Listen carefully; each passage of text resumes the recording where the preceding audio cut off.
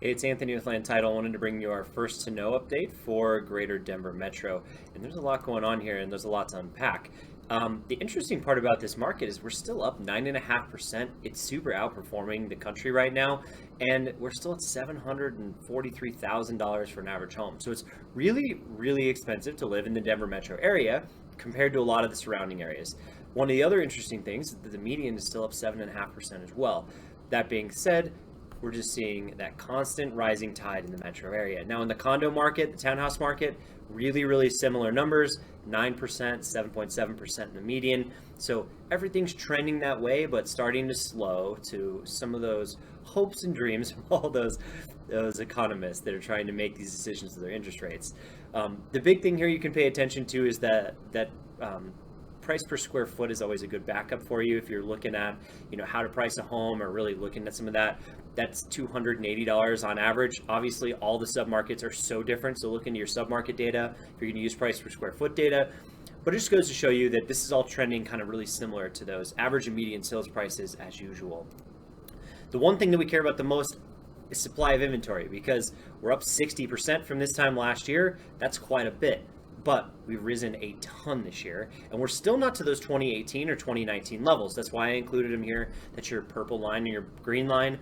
Just really wanted to show you kind of what to expect in a rising inventory market. 2018 and 2019 were the last rising inventory markets pre-COVID. So that's what we're comparing things to, because it's going to give us the best estimate of what to look for going forward. Now you can see new listings, because of those higher interest rates and that reduction in buyer demand, have slowed quite a bit from this time last year. You can see we're 28% again dropped from where we were last year at this time. So 5,000 last year, 3,600 came to market in the entire metro area in October. That fall just looks like it's kind of started early. It's slowed down.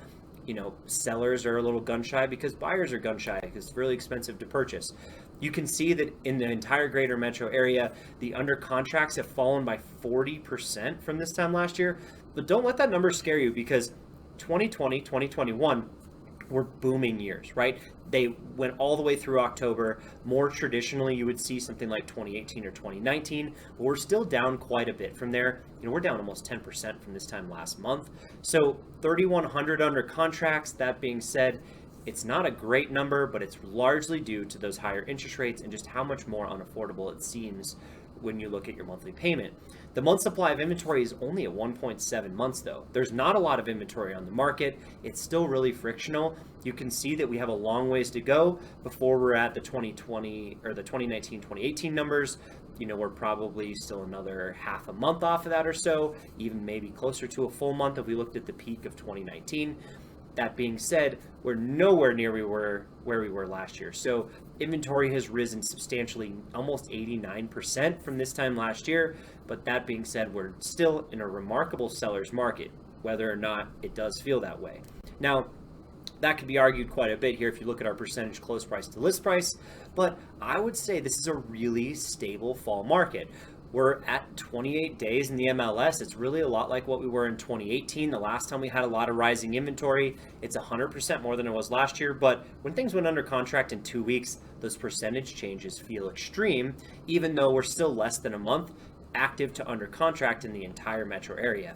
That being said, that 99% listed sale price we're seeing right now is really in line with where we were back in 2018, 2019. It's a stable fall market from the feel of things. So that being said, if you need to sell a house, you can absolutely sell a house. If you need to buy, there's going to be a lot of opportunity in the fall. So that being said, I'm Anthony with Land Title. If you have any questions, feel free to reach out to me. Don't forget to like and subscribe to the channel. Talk to you later.